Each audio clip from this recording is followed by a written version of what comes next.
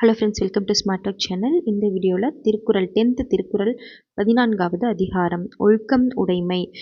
ஒவ்வொரு வீடியோவிலும் 5 குறள் பார்க்கலாம். 6வது குறள், ஒழுக்கத்தின் ஒல்கார் உறவோர் இழுக்கத்தின் ஏதம் படுப்பாக்கறிந்து.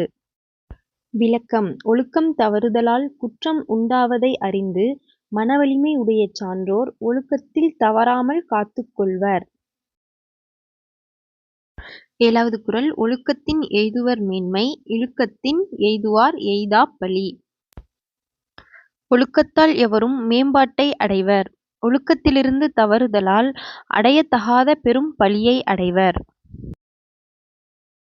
8வது குறள், நன்றிக்கு வித்தாகும் நல்லொழுக்கம் தீயொழுக்கம் என்றும் இடும்பை தரும். விளக்கம்: நல்லொழுக்கம் இன்பமான நல்வாழ்க்கைக்கு காரணமாக இருக்கும்.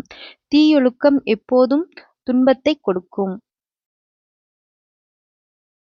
9வது குறள், ஒழுக்கமுடையவர்க்கு ஒல்லாவே தீய வழுக்கியும் வாயார் சொலல். விளக்கம்: தீய சொற்களை தவறியும் தம்முடைய வாயால் சொல்லும் குற்றம் ஒழுக்கம் உடையவர்க்கு பொருந்தாததாகும். 10வது குறள், உலகத்தோடு ஒட்ட ஒழுகல் பலகற்றும் கல்லார் அறிவிலாதார்.